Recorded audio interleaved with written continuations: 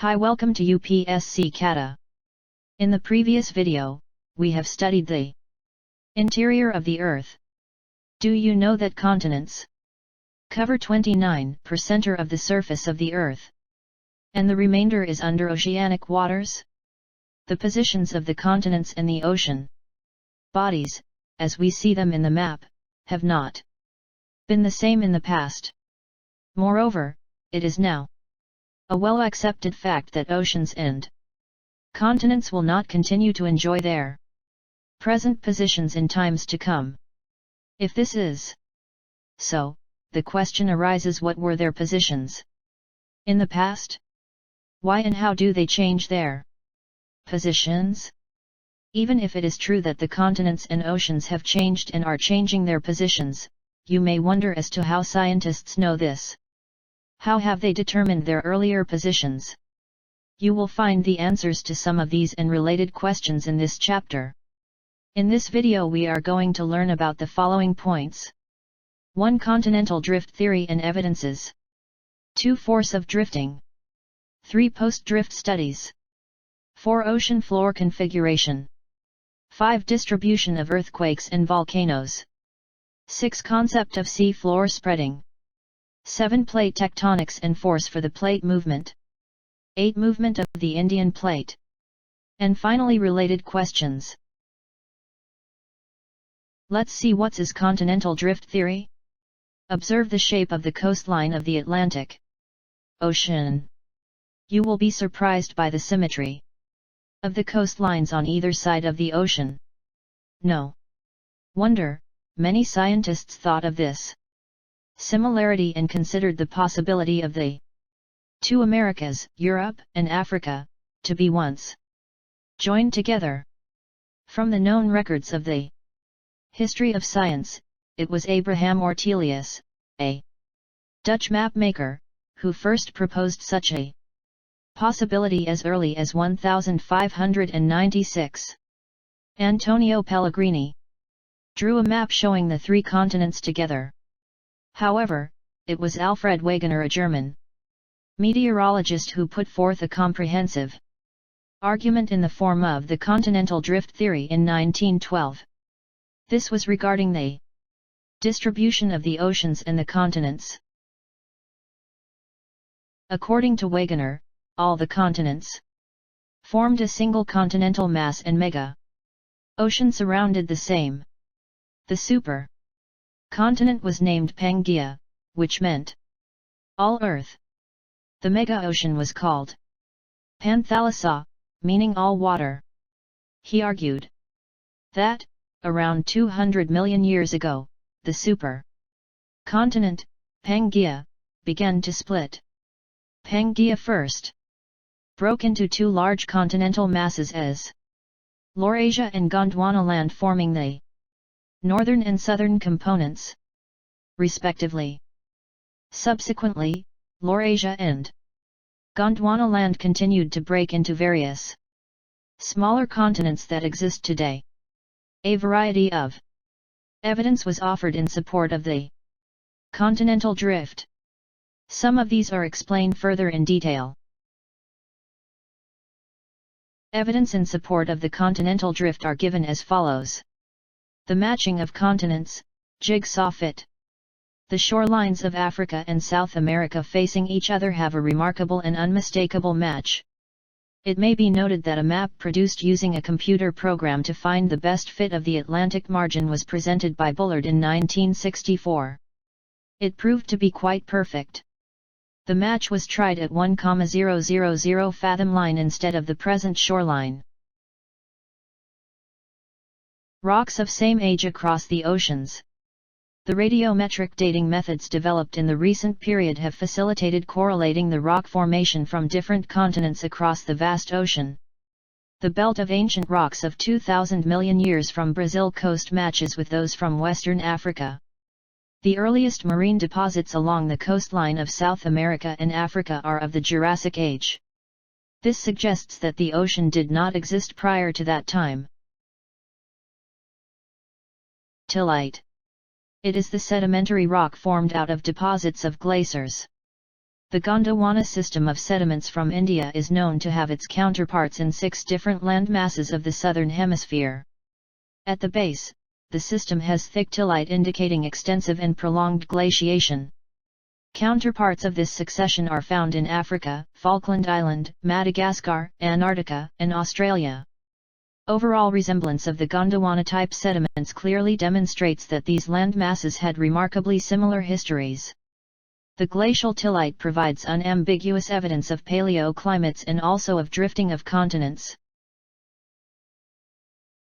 Distribution of fossils. When identical species of plants and animals adapted to living on land or in fresh water are found on either side of the marine barriers, a problem arises regarding accounting for such distribution. The observations that lemurs occur in India, Madagascar, and Africa led some to consider a contiguous landmass Lemuria linking these 3 landmasses. Mesosaurus was a small reptile adapted to shallow brackish water. The skeletons of these are found only in 2 localities, the southern Cape Province of South Africa and Iraver formations of Brazil. The 2 localities are presently 4,800 kilometers apart with an ocean in between them. Placer deposits. The occurrence of rich placer deposits of gold in the Ghana coast and the absolute absence of source rock in the region is an amazing fact. The gold-bearing veins are in Brazil, and it is obvious that the gold deposits of the Ghana are derived from the Brazil Plateau when the 2 continents lay side by side. Force for drifting. Wegener suggested that the movement responsible for the drifting of the continents was caused by pole fleeing force and tidal force. The polar fleeing force relates to the rotation of the Earth. You are aware of the fact that the Earth is not a perfect sphere, it has a bulge at the equator. This bulge is due to the rotation of the Earth. The second force that was suggested by Wegener, the tidal force, is due to the attraction of the Moon and the Sun that develops tides in oceanic waters. Wegener believed that these forces would become effective when applied over many million years. However, most of scholars considered these forces to be totally inadequate. Post-drift studies. It is interesting to note that for continental drift, most of the evidence was collected from the continental areas in the form of distribution of flora and fauna or deposits, like tillite. A number of discoveries during the post-World War II period added new information to geological literature. Particularly, the information collected from the ocean floor mapping provided new dimensions for the study of distribution of oceans and continents. Convectional current theory.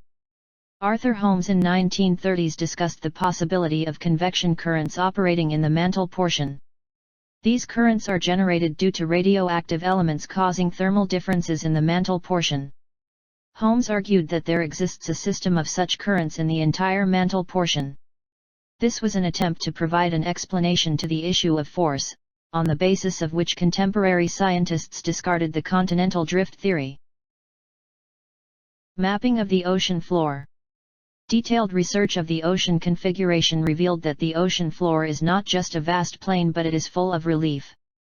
Expeditions to map the oceanic floor in the post-World War II period provided a detailed picture of the ocean relief and indicated the existence of submerged mountain ranges as well as deep trenches, mostly located closer to the continent margins. The Mid-Oceanic Ridges were found to be most active in terms of volcanic eruptions. The dating of the rocks from the oceanic crust revealed the fact that they are much younger than the continental areas. Rocks on either side of the crest of oceanic ridges and having equidistant locations from the crest were found to have remarkable similarities both in terms of their constituents and their age. Ocean floor configuration. In this section we shall note a few things related to the ocean floor configuration that help us in the understanding of the distribution of continents and oceans. You will be studying the details of ocean floor relief in upcoming lectures. The ocean floor may be segmented into 3 major divisions based on the depth as well as the forms of relief. These divisions are continental margins, deep sea basins, and mid-ocean ridges. Continental margins. These form the transition between continental shores and deep sea basins. They include continental shelf, continental slope, continental rise, and deep oceanic trenches. Of these, the deep oceanic trenches are the areas which are of considerable interest in so far as the distribution of oceans and continents is concerned. Abyssal Plains. These are extensive plains that lie between the continental margins and mid-oceanic ridges.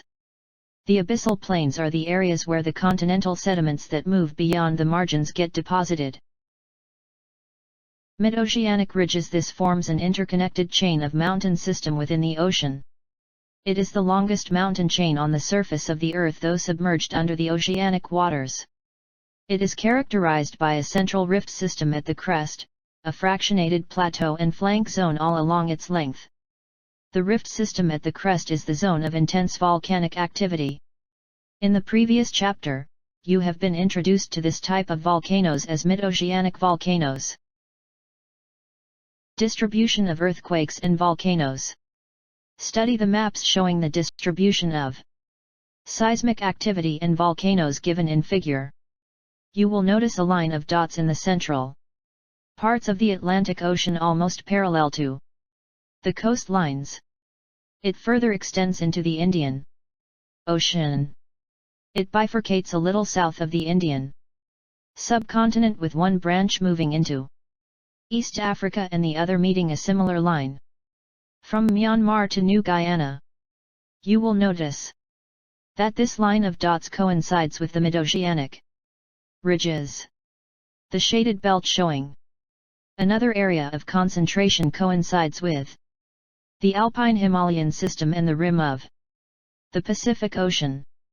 In general, the foci of the earthquake in the areas of mid-oceanic ridges are at shallow depths, whereas along the Alpine Himalayan belt as well as the rim of the Pacific, the earthquakes are deep-seated ones.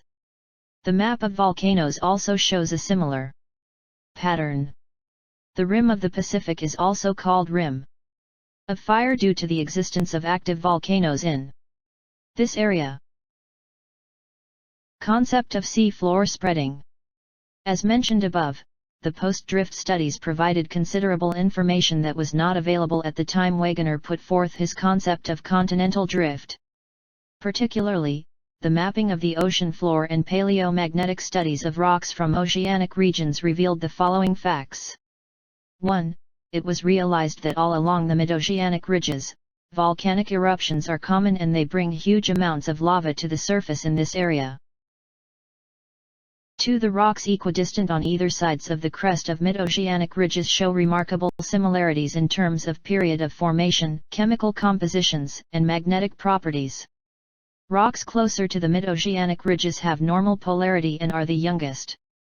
The age of the rocks increases as one moves away from the crest. 3. The ocean crust rocks are much younger than the continental rocks. The age of rocks in the oceanic crust is nowhere more than 200 million years old. Some of the continental rock formations are as old as 3,200 million years. 4. The sediments on the ocean floor are unexpectedly very thin. Scientists were expecting, if the ocean floors were as old as the continent, to have a complete sequence of sediments for a period of much longer duration. However, nowhere was the sediment column found to be older than 200 million years. 5. The deep trenches have deep-seated earthquake occurrences, while in the mid-oceanic ridge areas, the quake foci have shallow depths. These facts and a detailed analysis of magnetic properties of the rocks on either sides of the mid-oceanic ridge led Hess, 1961, to propose his hypothesis, known as the sea floor spreading. Hess argued that constant eruptions at the crest of oceanic ridges cause the rupture of the oceanic crust and the new lava wedges into it, pushing the oceanic crust on either side. The ocean floor, thus spreads. The younger age of the oceanic crust, as well as the fact that the spreading of one ocean does not cause the shrinking of the other, made Hess think about the consumption of the oceanic crust. He further maintained that the ocean floor that gets pushed due to volcanic eruptions at the crest, sinks down at the oceanic trenches and gets consumed. Plate tectonics. Since the advent of the concept of seafloor spreading, the interest in the problem of distribution of oceans and continents was revived. It was in 1967, Mackenzie and Parker and also Morgan, independently collected the available ideas and came out with another concept termed plate tectonics. A tectonic plate, also called lithospheric plate, is a massive, irregularly shaped slab of solid rock, generally composed of both continental and oceanic lithosphere. Plates move horizontally over the asthenosphere as rigid units. The lithosphere includes the crust and top mantle with its thickness range varying between 5 and 100 km in oceanic parts and about 200 km in the continental areas. A plate may be referred to as the continental plate or oceanic plate depending on which of the two occupy a larger portion of the plate. Pacific plate is largely an oceanic plate whereas the Eurasian plate may be called a continental plate. The theory of plate tectonics proposes that the Earth's lithosphere is divided into 7 major and some minor plates. Young fold mountain ridges, trenches, and or faults surround these major plates. I. Antarctica and the surrounding oceanic plate. 2. North American, with western Atlantic floor separated from the South American plate along the Caribbean islands, plate. 3. South American, with western Atlantic floor separated from the North American plate along the Caribbean islands, plate. 4. Pacific plate. V. India Australia New Zealand plate. 6. Africa with the eastern Atlantic floor plate. 7. Eurasia and the adjacent oceanic plate. Some important minor plates are listed below. I. Cocos plate, between Central America and Pacific plate. 2. Nazca plate, between South America and Pacific plate. 3. Arabian plate, mostly the Saudi Arabian landmass. 4. Philippine plate, between the Asiatic and Pacific plate. V. Caroline plate, between the Philippine and Indian plate, north of New Guinea. 6. Fuji plate, northeast of Australia. These plates have been constantly moving over the globe throughout the history of the Earth. It is not the continent that moves as believed by Wegener. Continents are part of a plate and what moves is the plate.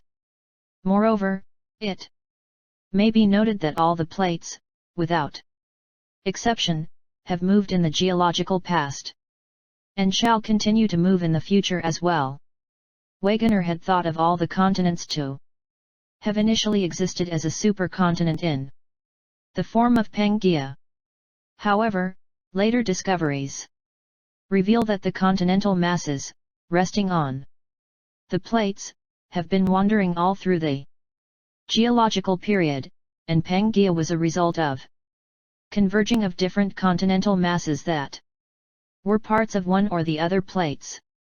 Scientists using the paleomagnetic data have determined the positions held by each of the present continental landmass in different geological periods. Position of the Indian subcontinent, mostly peninsular India, is traced with the help of the rocks analyzed from the Nagpur area. Divergent boundaries, where new crust is generated as the plates pull away from each other. The sites where the plates move away from each other are called spreading sites.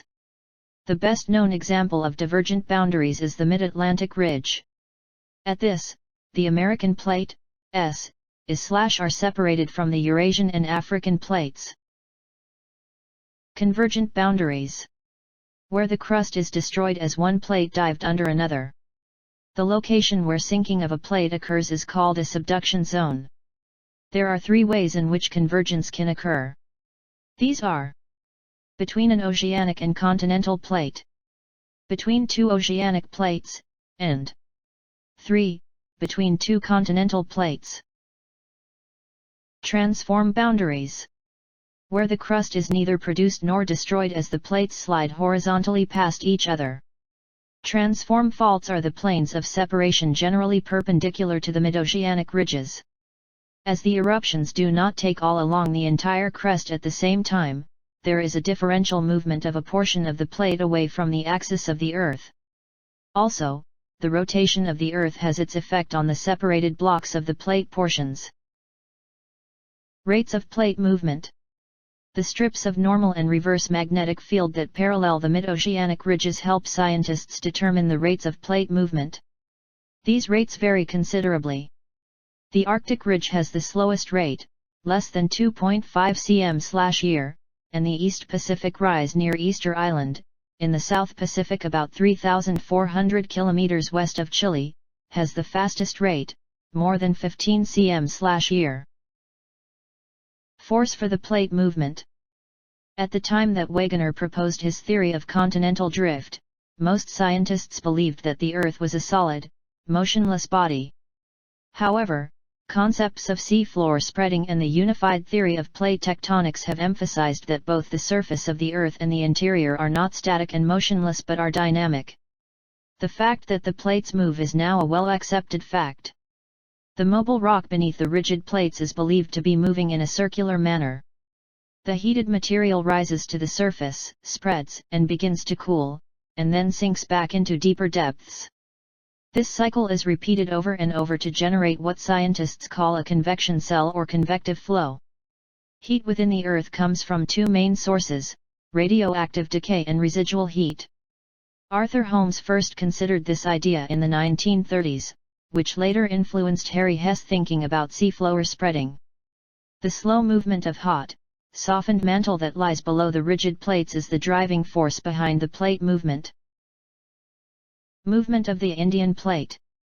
The Indian plate includes peninsular India and the Australian continental portions.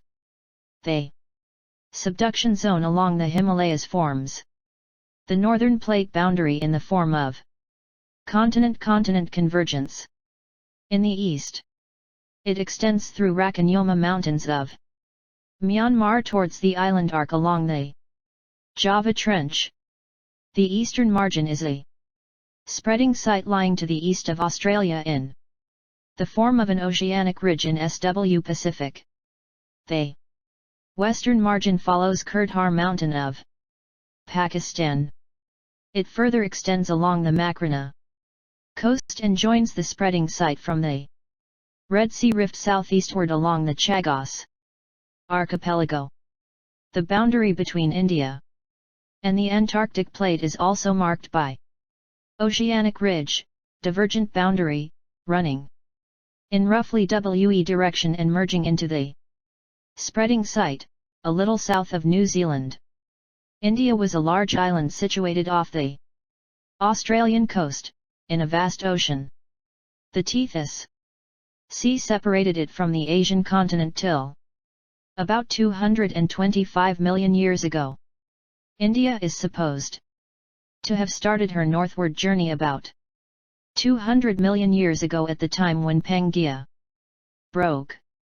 India collided with Asia about 40 to 50 million years ago, causing rapid uplift of the Himalayas. The positions of India since about 71 million years till the present are shown in the figure 4.6. It also shows the position of the Indian subcontinent and the Eurasian plate. About 140 million years before the present, the subcontinent was located as south as 50° latitude. The two major plates were separated by the Tethys Sea, and the Tibetan block was closer to the Asiatic landmass. During the movement of the Indian plate towards the Eurasian plate, a major event that occurred was the outpouring of lava and formation of the Deccan Traps. This started somewhere around 60 million years ago and continued for a long period of time. Note that the subcontinent was still close to the equator. From 40 million years ago and thereafter, the event of formation of the Himalayas took place. Scientists believe that the process is still continuing and the height of the Himalayas is rising even to this date. So in this video we learned about the continental drift theory and plate tectonics. Let's look at the summary of the lecture. What we lean in the video is 1. Continental drift theory and its evidences. According to Wegener, all the continents formed a single continental mass and mega ocean surrounded the same. The super continent was named Pangaea, which meant all Earth. The mega ocean was called Panthalassa, meaning all water.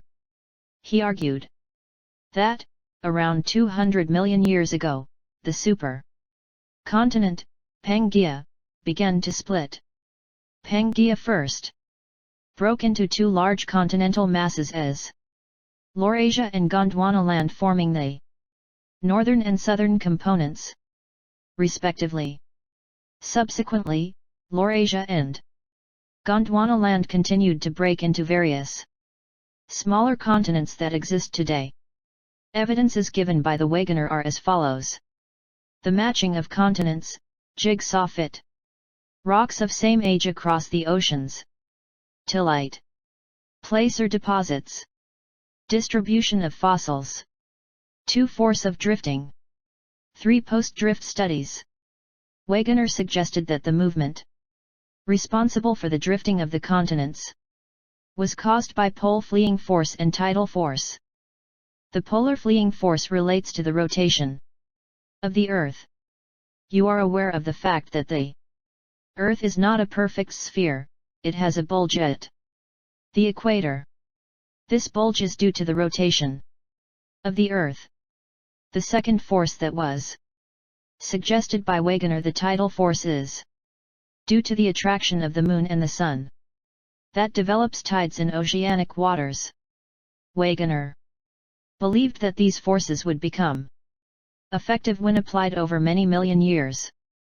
However, most of scholars considered these forces to be totally inadequate. So he give following theories. Convectional current theory. Mapping of the ocean floor. 4. Ocean floor configuration. Ocean floor configuration consists of continental margins, abyssal plains, mid-oceanic ridges. 5. Distribution of earthquakes and volcanoes. 6. Concept of sea floor spreading. 7. Plate tectonics. It was in 1967, Mackenzie and Parker and also Morgan, independently collected the available ideas and came out with another concept termed plate tectonics. A tectonic plate, also called lithospheric plate, is a massive, irregularly shaped slab of solid rock, generally composed of both continental and oceanic lithosphere. Plates move horizontally over the asthenosphere as rigid units. The lithosphere includes the crust and top mantle with its thickness range varying between 5 and 100 km in oceanic parts and about 200 km in the continental areas. A plate may be referred to as the continental plate or oceanic plate depending on which of the two occupy a larger portion of the plate. Pacific plate is largely an oceanic plate, whereas the Eurasian plate may be called a continental plate. The theory of plate tectonics proposes that the Earth's lithosphere is divided into 7 major and some minor plates. Young fold mountain ridges, trenches, and slash or faults surround these major plates. There are 3 types of movement of these plates are as follows. Divergent boundaries, convergent boundaries, transform boundaries. 8. Force for the plate movement. At the time that Wegener proposed his theory of continental drift, most scientists believed that the Earth was a solid, motionless body. However, concepts of seafloor spreading and the unified theory of plate tectonics have emphasized that both the surface of the Earth and the interior are not static and motionless but are dynamic. The fact that the plates move is now a well-accepted fact. The mobile rock beneath the rigid plates is believed to be moving in a circular manner. The heated material rises to the surface, spreads, and begins to cool, and then sinks back into deeper depths.